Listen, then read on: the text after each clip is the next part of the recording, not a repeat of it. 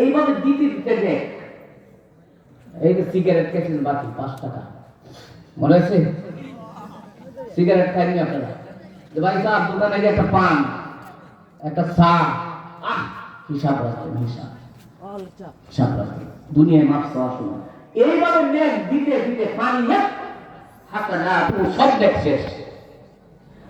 নেক যখন শেষ হয়ে যাইব, শেষ হওয়ার পরে ফেরেশতারা বলবে আল্লাহ তোমার বান্দা তো এখন নেক সব শেষ, পাওনা দাম তো এখনো বাকি, পাওনা দাম বাকি আছে, বোন বাকি আছে, বোনের সম্পত্তি ছিল না বাবা, এই যে বোন দাঁড়ায় রয়েছে,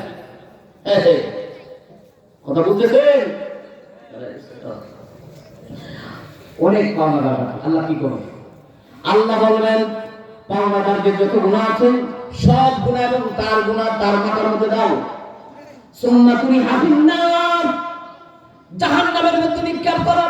নবীজি সাহাবায়ে কেরামদেরকে বললেন আমার সাহাবারা, এই ব্যক্তি হলো সবচেয়ে বড় গরীব, আমার উম্মতের মধ্যে এর মতো গরীব